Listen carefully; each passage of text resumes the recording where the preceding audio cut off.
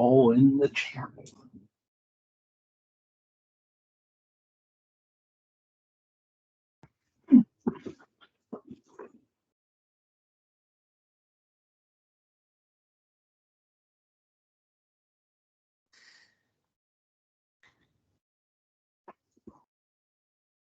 Yes.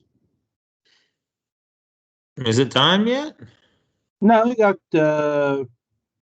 13 minutes. Oh, it's on the half hour. I thought it was on the okay. Yeah, no, it's on the half hour. This thing starts. Well, it gives you a 15-minute warning, or maybe that's just me. I don't know. Okay. Okay.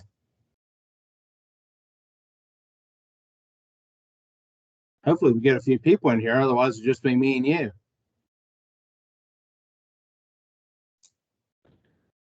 Well, that will be a very poor session. No, because I'll say, "All right, Paul, see ya." Yeah, I think we did everything we can. Yep, did everything I could.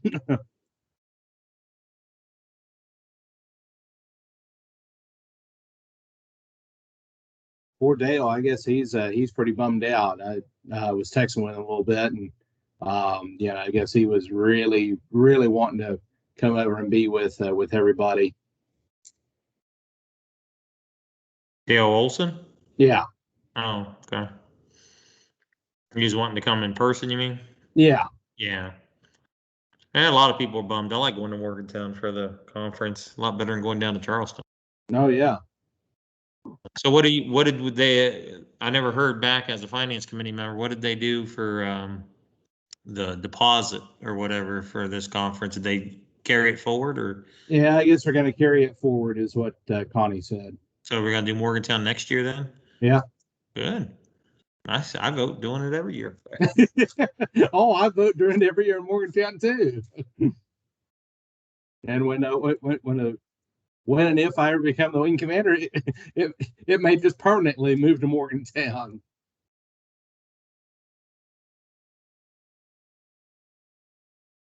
Ogilvy's kind of nice. You know, I've never been to Ogilvy. What? No. We got to come up and we'll play Crispin golf course. They got a really nice golf course. They got the Spidell, which is a professional course, and then Crispin is pretty good too. But yeah, we'll come up and play around the golf up there. All right. Yeah, let's get some Saturday, and we'll definitely get around golf in. To practice up before we go to Florida. Yeah, maybe you give me some instruction. Yes. I think Dawn's gonna let me take the peep honk to Florida. I thought you were supposed to deliver it to me up at Wheeling. No, I don't seem to remember that conversation.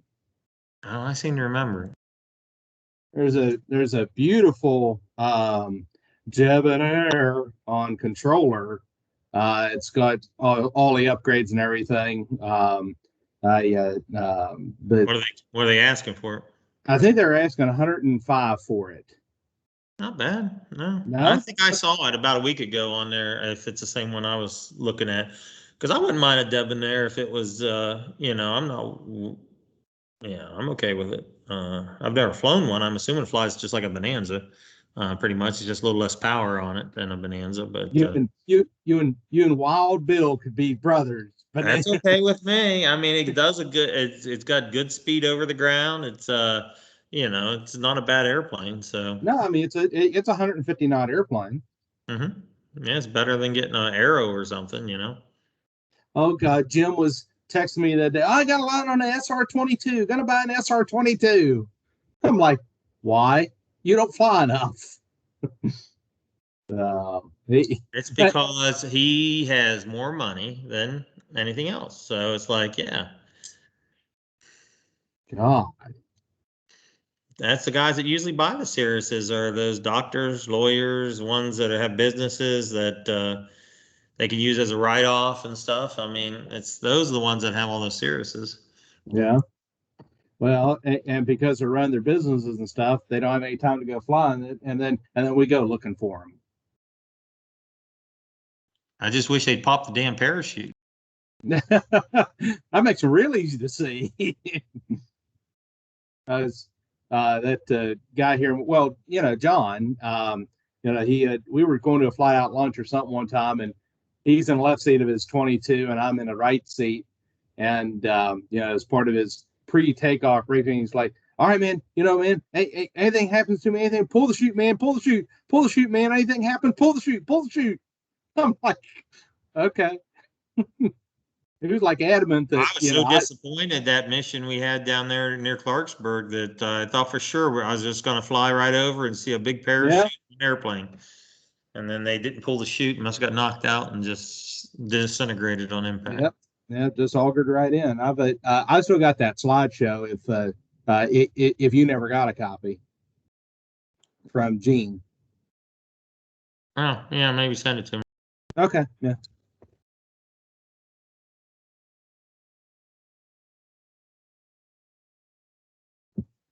Penn's Cup. Wow. Hmm. Oh, yes. You like my Penn's Cup? Mm-hmm. Let's go Pens. There we go. Sweet. I've actually never been to a Pens game. I went to a concert, I think, and got that cup. Trying to do Billy's expectations document here. Now, Paul, you got to be nice. I will be nice. I'll be thorough, but I'll be nice. Yeah, he called me the other night, and he's all up in arms with it. And I said, Billy, I am not a check pilot. If you can't get someone, you call me, and I'll help facilitate. But if you I can't do anything for you, bud.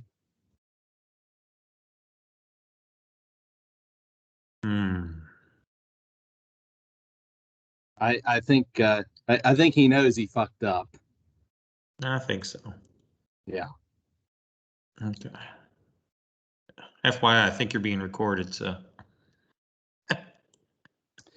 Yeah, I'll trim that out.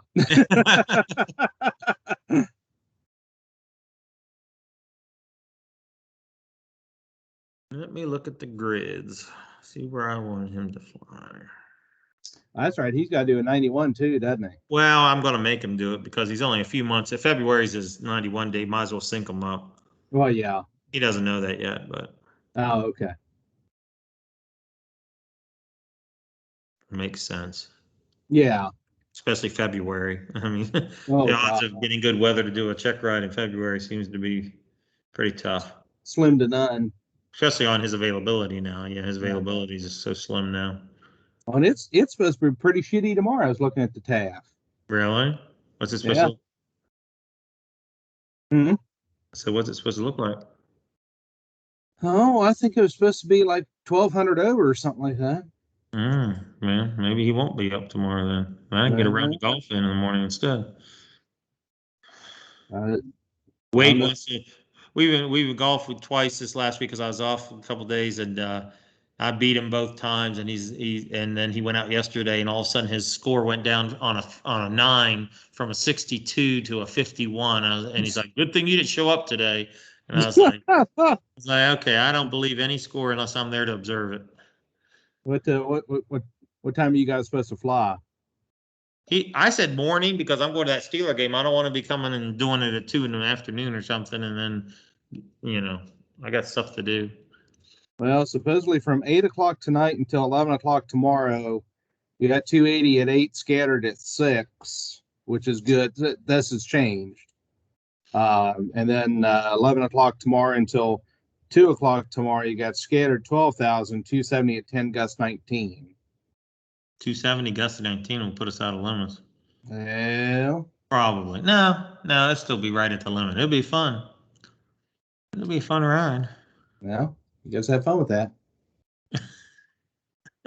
That's up to the pilot in command to figure out for his check ride. Well, I was hoping to get in the Cub tomorrow. I don't know if that's going to happen. I don't know if I'd do that in his winds. Oh, hell no. All right, so we got anything about it, over about 5 knots in that Cub is not happening. Hello, William. Welcome. Hey, good afternoon. How you doing, sir? Doing okay so far. Well, that's Good good. conference. Thank Good you. conference. There's that Mike Webb character. Paul, have you ever heard of him before? Sorry, I'm on mute. Yeah, it's been a while. I was wondering whether he's still a member or not. Yeah, he doesn't show up. He doesn't call. He doesn't email anymore. Doesn't he just write. No. Yeah, doesn't take any pictures anymore. He just kind of hangs out, I guess. Oh, hey, Mike.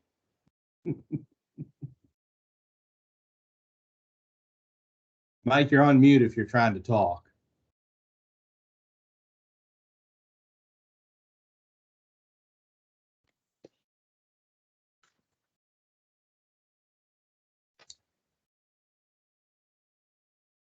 Actually, Mike Webb ought to be the one teaching this course. And maybe he's mad at you. He might be. I mean, it's been known to happen. More than once. Oh, all the time. I'm on somebody's crap list all the time. Yeah, you have that natural ability to walk through a room with 10 people and walk away, and at least 9 are pissed off at you for some reason. Oh, absolutely.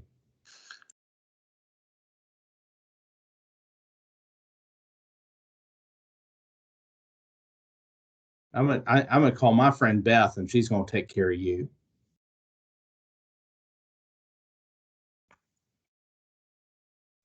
Yeah, that's pretty scary.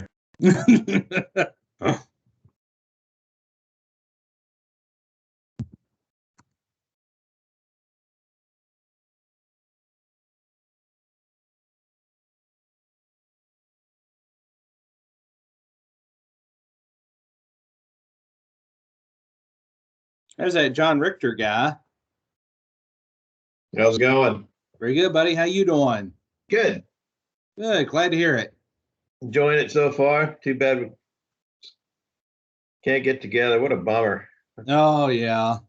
I tell you, just as I thought it would happen, I mean, we could have had it, easily with our numbers, the way they've just, plummeted recently. Yeah. But oh well, there's always next year. How many people registered? I had I think 105 register. Okay. That's not too bad then. No, that's not too bad. Well, it looks like the numbers are starting to go down again, so that's a good thing. Hopefully it won't rear its ugly head again. Well, I hope I hope not. I hope there's no more variants that really get traction again. Yeah.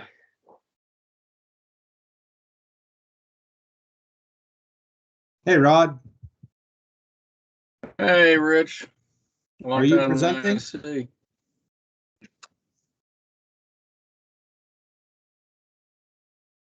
What's that? I said you were presenting there for a little bit. How did I do that? No, I don't know. I didn't click on any presenting or anything like that. Okay, no big deal. Hey, Brad.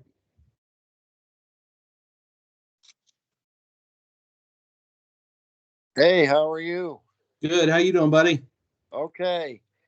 Hey, I got a question for you, and I know there's too many people on here, but I need to check an email address for somebody for Mike Nimmo. It's WNEMO at WVWG.cap.gov. W.Nemo. Okay. No. There's no dot in between. Just WNEMO. Okay. Thank you. You're welcome, buddy. It's good to see you. Good to see you. So, all righty, folks, we'll go ahead and get started here. Since I think we have some folks here who are pretty much, you all are aerial photographers, we'll all kind of switch the script a little bit, and we'll go ahead and kind of go, just review some of the stuff. So let me go ahead and get my screen shared out here with everybody. And There we go.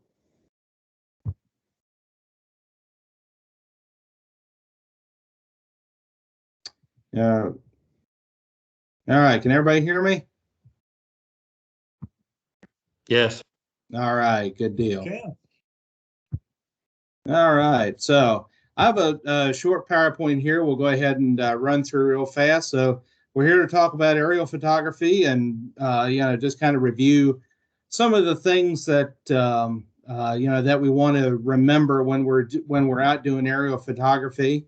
The basic premise is to gather information, assess damage, or compare then and now photos from storm surge, snowfall, etc. And just remember that in the aerial photography world, the AP, not the pilot, is controlling the sortie, because you're going to have to tell the pilot to, either go up 500 feet, down 500 feet, maybe, go out a mile, so on and so forth. So I want to talk about the pilot a little bit. In AP sorties, the pilot is responsible for ensuring the safe operation of the aircraft, but they are also responsible for putting the AP in the correct position for a great shot. Now, that also means that you and your AP, or you and your pilot, have to work together to correct for wind, other weather, etc. Most of our aerial photography sorties are 90 knots indicated and 1,000 feet above ground. If you need to go higher to get a longer shot, we'll see those here a little bit later in the presentation. You need to tell your pilot that. Those are just generalities that that we have come up with. Maybe you might need your pilot to fly a little slower so you can get a better picture. Go ahead and tell your pilot these things. That's the only way that you're going to make a great picture for our customer, whoever that is. A lot of these sorties have a lot of steep turns. You may need to put the aircraft in a weird angle just to get the shot you need. So again, you need to tell your pilot, and you probably need to go out and practice a little bit. I know that Clarksburg has been going out and doing some aerial photography stuff, and Wheeling has too. So other squadrons, go ahead and get with your pilots and say, hey, let's go out and photograph some stuff. If you need ideas for what to photograph, you can reach out to Colonel McCroskey, Colonel Moore, or myself, and we'll go ahead and get you something to photograph. My contact information, including my CAP ID, is in the chat. So if you guys don't have it, go ahead and take it right out of the chat there, and we will go ahead and get going here. Again, us as aerial photographers, we need to delegate to our observer. Maybe they can take down coordinates, they can take down times. They need to know where the next set of targets is so they can inform the pilot and mission base of what exactly is going on. We're going from target 1 to target 2 at whatever time. They're also responsible for keeping handling the CAP radio and keeping an overall track of the sortie. And this is probably the busiest position in the aircraft if you have a great observer. So they're going to be working hard the entire flight. If there's any questions as I go along here, guys, just go ahead and jump in. We're going to keep this very informal today. So if you have a question, just jump in. The aerial photographer in an aerial photography sortie, they direct the sortie, tells the pilot where to go, confers with the observer on targets, takes the pictures, and relays information to the observer for the log. Normally, the scanner is taking the aerial photography, or is taking the log, but in this case, you probably want to defer that to your observer so that you can focus on taking pictures and getting good pictures. All right, so we all know that the airplane, has to be pre-flighted, has to check the fuel and see how much fuel we have on board. Need to check all the control surfaces, make sure everything is good to go from that perspective. But your camera also needs to be pre-flighted, and make sure that it's going to function like you expect it should. So, you always need to have an extra battery. Make sure all your batteries are charged. Maybe go in the night before if you know that you have an aerial photography story the next day. Don't just don't just assume that your camera is ready to go, because a lot of the times, you'll come and batteries will be half dead. There won't be any memory cards. You'll have a problem with the GPS and the camera, so on and so forth. So you want to make sure that you have your batteries charged, and make sure you have extra batteries. The cameras that we have now, they have the accessory battery mount on the bottom that holds 2 batteries, or they hold the AA cartridge that you can run the camera off of AA batteries. So definitely go ahead and make sure that you have all those. Make sure that you have an empty memory card. We are not supposed to keep pictures on the card for, if we're doing it for a client such as FEMA or the Air Force. If we're doing it for CAP, we're just out training, then go ahead and offload those onto a computer with a thumb drive. And also make sure that you have a spare memory card or two, and make sure that they are of sufficient size that you'll be able to take some pictures.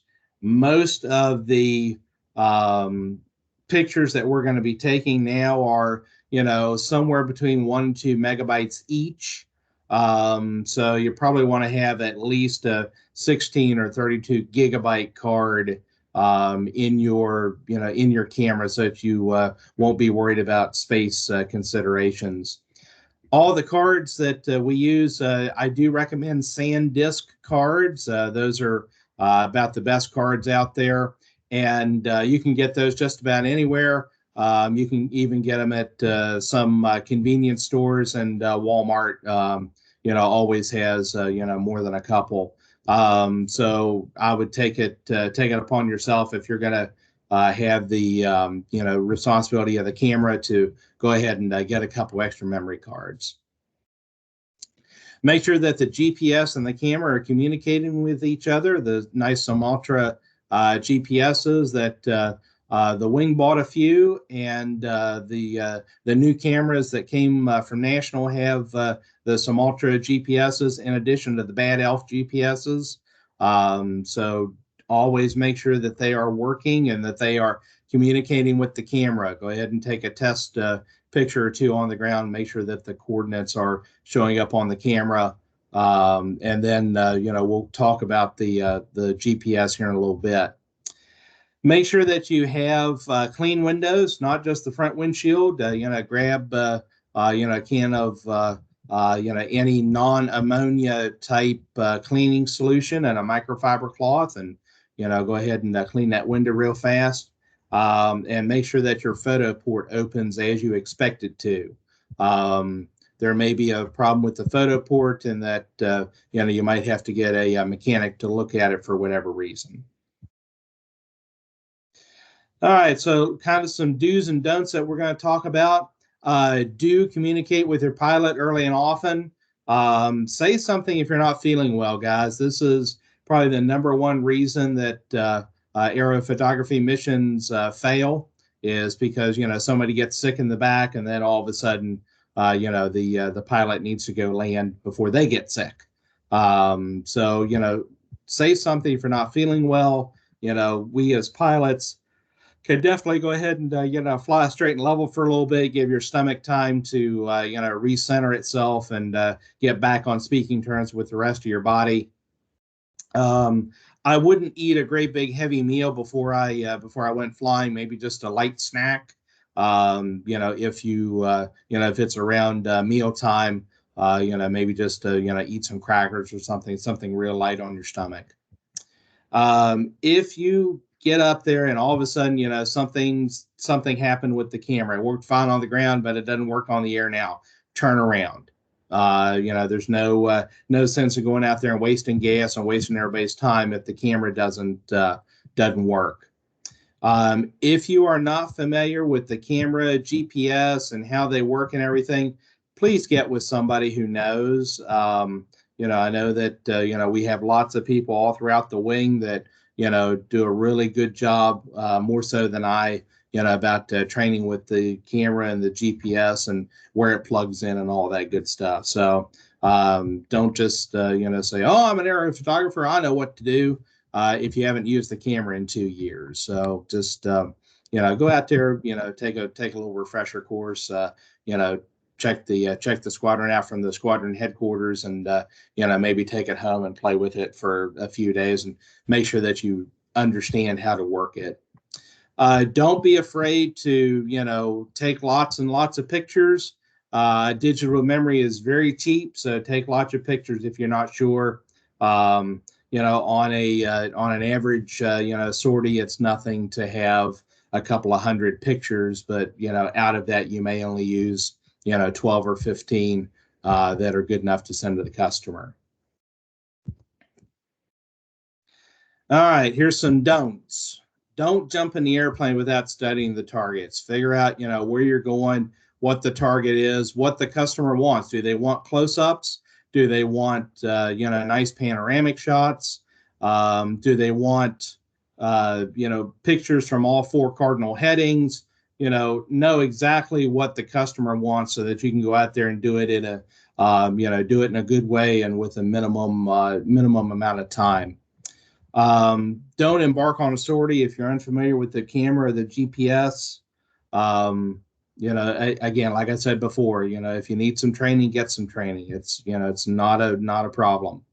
Don't embark on a sortie if you're not feeling 100%. Use that I'm safe checklist. Illness, medication, stress, alcohol, fatigue, and environment. Make sure that if it's a little bit cooler outside, make sure you have a jacket with you. If it's a little bit warmer outside, make sure you're in your polo shirt and can get some air on you. Use the air vents in the airplane. And probably the most important thing is don't just sit and accept what the pilot gives you in terms of positioning. Tell them what you want. I've seen far too many aerial photographers.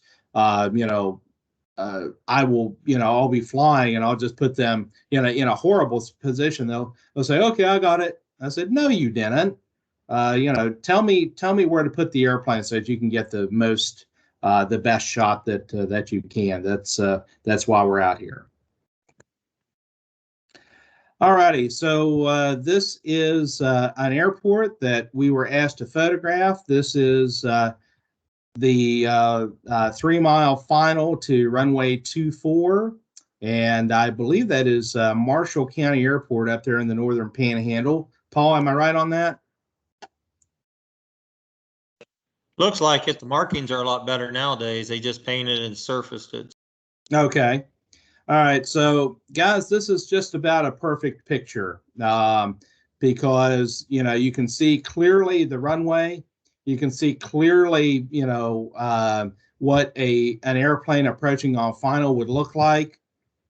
The colors are, very clear and crisp. You can see all the associated things. You can see the turnabout there at the end of runway 24. You can see the ramp and you can see the windsock there to the left-hand side towards the top of the picture. Again, this is, a perfect picture. I did not take this picture. I grabbed this from one of the missions that we had done a few years ago. Any questions about, what makes this a great picture?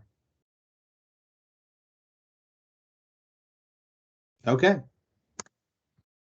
All right. All right. So I'm going to have a little audience participation now. What is wrong with this picture?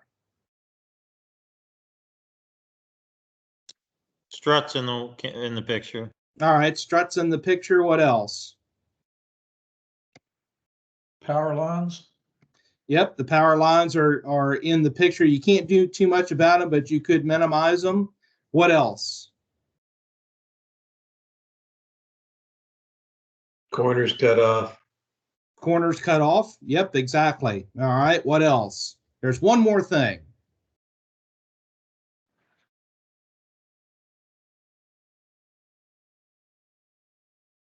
It's not exactly centered along one of the axes. Thank you. Yes, it's not exactly centered in the frame. If you notice down in the lower left, kind of the lower towards the right corner there, that corner needs to be brought up in your frame a little bit. And you could probably do that by getting the strut out of there. Normally, we don't take out of the front the front right window, but sometimes there's a call for that. So I actually did take this picture, and wanted to put it in here as an example of a picture that we would not want to send to our customers. All righty, is there anything wrong with this picture?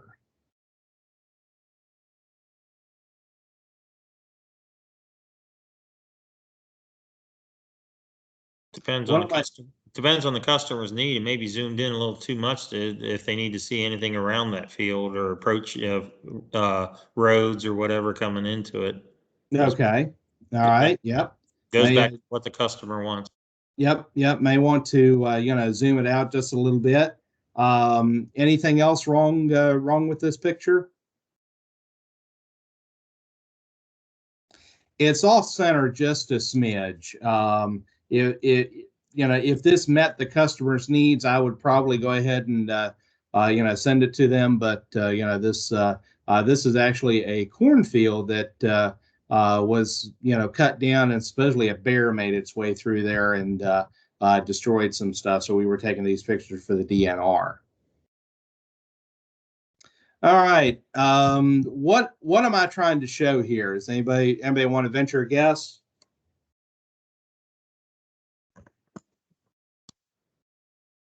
Looks like flood damage. Yep. Flood damage. Hello. 2016 above Clendenin. I took the picture. Yes, you did. Yes, you did. I think I was flying and Brent was in the right seat. So, yeah. So, yeah. Again, we're kind of showing the flood damage here, and the bridge was a good focal point because as you see, Colonel Moore zoomed out a little bit and he was able to get the surrounding flooded areas. And I think this was one of the pictures that was used in the briefing to the Joint Chiefs, when the National Guard did that. So great picture, Rod. All right, again, here's another good one. Again, you can see exactly, what the damage is, but it's zoomed out enough that you can see the, around the target there, which is the bridge. But you can see also where the damage was, by the creek there.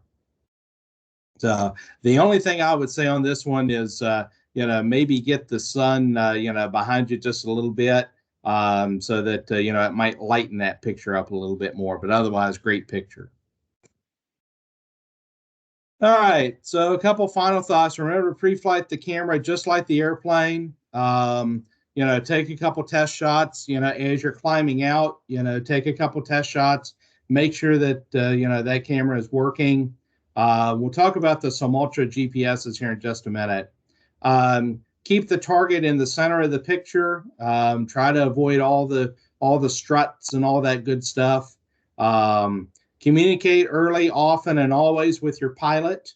Let them know how you're feeling. Let them know if you need something different as opposed to what they're giving you. Like I said, you are in charge as the photographer of this sortie, so definitely exercise your authority.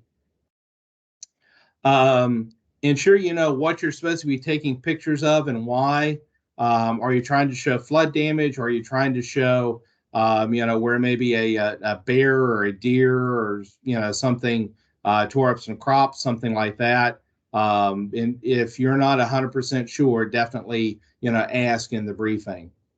If you're not sure if you got a shot or not, take some more pictures and ask your pilot to go around for another pass. I always like to make at least 3 or 4 passes on any target that I'm trying to photograph, just because there may be terrain in the way. And probably the first pass don't need to be taking any pictures. Just kind of figure out where you're going to take a picture, what obstacles are in the way.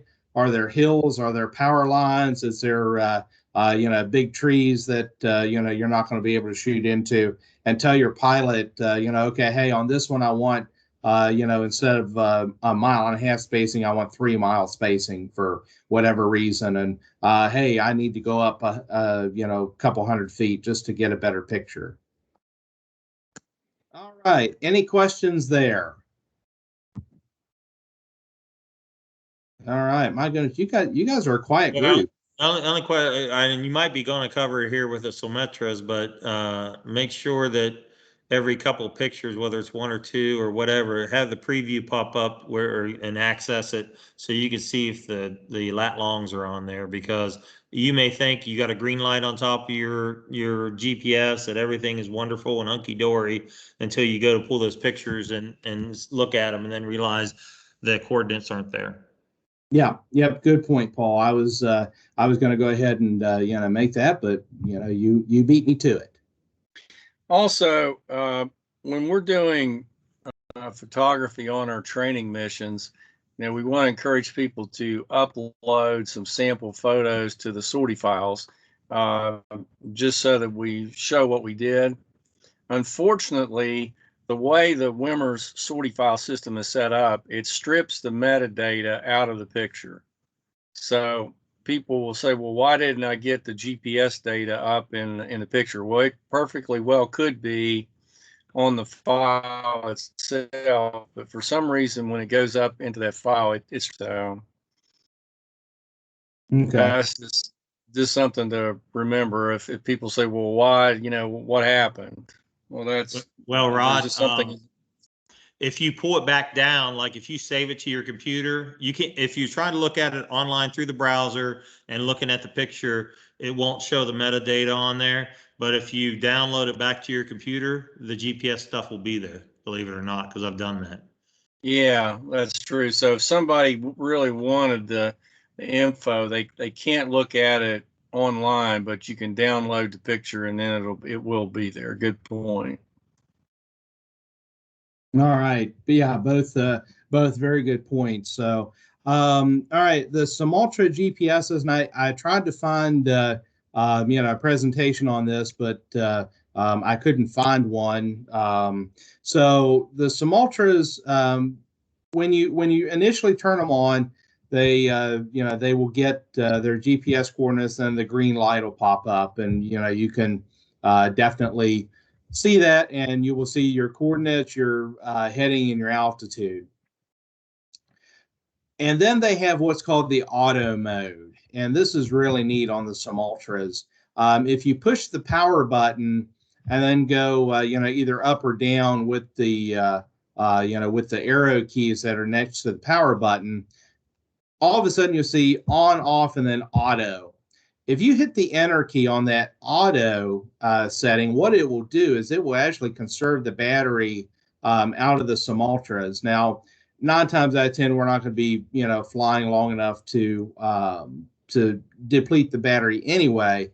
But it's just one more thing to go ahead and look at. So if you do that and then turn the camera off to save the camera battery, obviously, let's say you've got a 30 or 40 minute transit time to the target. Once you turn that camera back on, it will also send a signal up to the Sumatra GPS, and it will turn on, and then you'll have your GPS coordinates. So I've done a lot of work that way, and it works really well. Now, sometimes you will have to just turn everything off and turn it back on, so you just have to do that. If you do have to do that, and you have to turn it off and turn it back on, turn the camera off and then the Sumatra, let them set for a minute or two, and then turn the Sumatra back on first, and don't turn the camera on until you until you have GPS coordinates on the Sumaltra on its screen. That is the most or that's the best way to make sure that you're going to have coordinates on your pictures there. So that's really just I think we're all aero photographers here, so I can dig out some more pictures if we want to look at those, or we can just have a free form discussion about aerial photography. So Paul, Rod, if you guys have anything else that you want to talk about, let's do it. Well, I would say the reason why the GPS coordinates are so important is we use these to usually either the FEMA uploader gets used, or DART will upload too. Both of those use those geotags to reference it onto their common operating picture map. So it's important. If you don't have coordinates on there, it just goes to 0000, and it's over in Greenwich, I think over in England somewhere, or wherever that median is. So it is what it is. So that's why you could have the best looking picture in the world, but it doesn't do us any good without that metadata, the lat long coordinates. So. The prime meridian goes through Greenwich, England, outside of London at the Royal Naval Observatory. I know that because I've been there. Okay. I went there on IAs, the neat place, prime meridian, 0 degrees. I went there my junior year in college, and the Cuddy Sock's there too. Oh, okay. I was underage at the time, so I couldn't see that. You couldn't see that rather small ship, huh? So one thing else that we want to make sure of when we're getting out here is making sure that the the cameras, making sure that that you have enough space and that they're set up properly. And there's a whole we could go on for hours about the setting in the cameras, but 9 times out of 10, if they're on automatic, that's going to be just fine. I would caution you on using autofocus. I would, probably use manual focus. At least I do when I'm taking pictures, but everything else for me is on auto. I mean, if you know about ISO and the settings and all that good stuff, then yeah, feel free to modify it. But, 9 times out of 10 for what we are doing, auto is just fine. Rich, it's John Richter. I'm going to yes, sir, John. I'm going to drop in on the drone discussion. I didn't want to just drop out of here and not say goodbye, but anyway, good job. All right, thanks, John. We'll talk to you later. All right, take care. Bye-bye. You too. Bye. Okay, right, if you want to go way off the subject, we talked about GPS. Rod, hang on 1 second. I think William had a question there. Oh, okay. William, go ahead. That's okay. I had a question. Interpreting the photos, is that a different class in itself, or is that all part of aerial photography, as far as taking all the pictures that you get and you're trying to interpret that? And I guess something came about on one of the first classes this morning in maybe the ES class. There was something mentioned about interpreting the photos. Yeah, a lot of that is related to the hurricane flood support and things like that. When there's hundreds and hundreds of pictures, a lot of times they'll ask for volunteers to come in and look at the pictures and kind of determine whether they're useful or not. And they kind of use a crowd, what do they call it, crowdsourcing or whatever. Crowdsourcing, yeah. Yeah. So they kind of have people that are not experts, but just out there and that have some experiences, and try to determine whether it is a good picture based on what FEMA would need for their thing. So that can come up. It has happened in some of these large scale hurricane supports, that they'll just send out a notice and say, hey, we have a request for everybody. If anybody wants to do this, let us know. And you just go in and you evaluate if it's a decent picture, yes, a thumbs up or whatever, and if it's no good, then report such back. So. Okay, thank you. I'm a newbie to the Martinsburg wing. I just joined in June. I got my mission scanner in, and I'm waiting to get my 2 sorties in. So then I want to move on to the aerial photography once I get those sorties in. So I'll have a lot of questions. I want to get the camera out and look at it and kind of play with it and get used to it.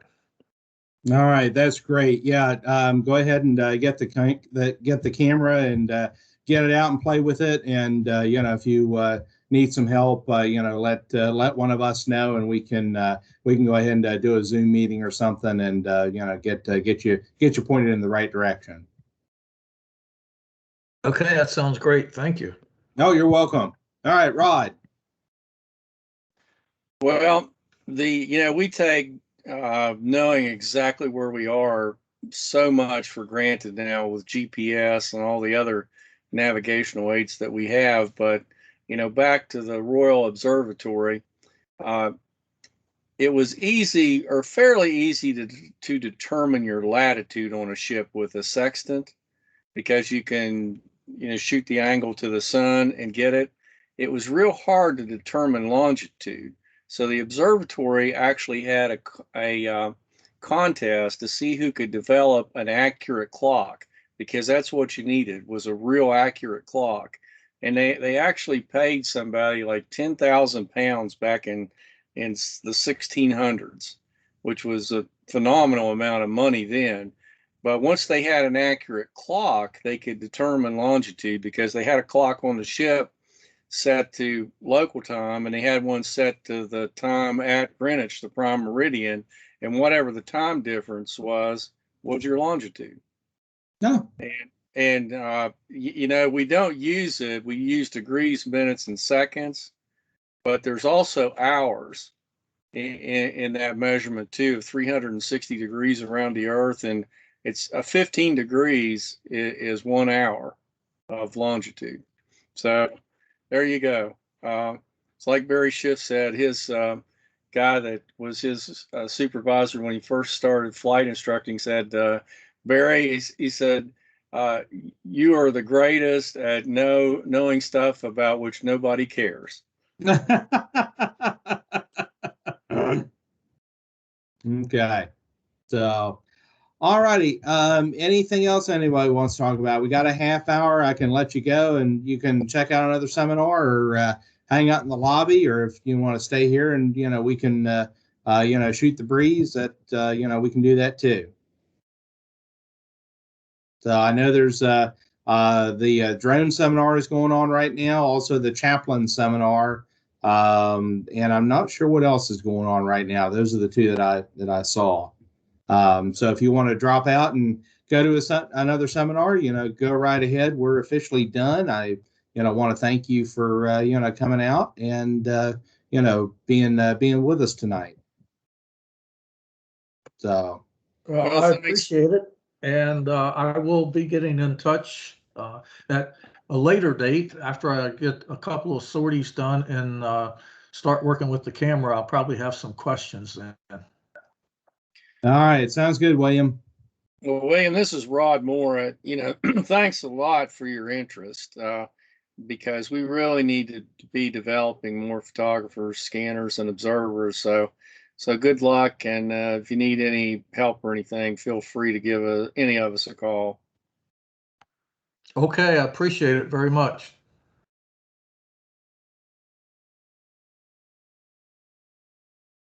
All righty.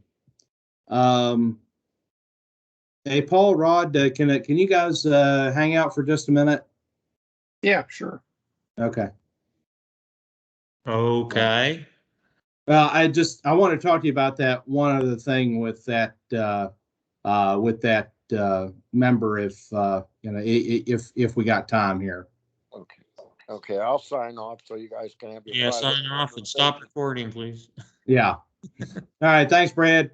Take care, and it's good You to too, buddy. see you guys again.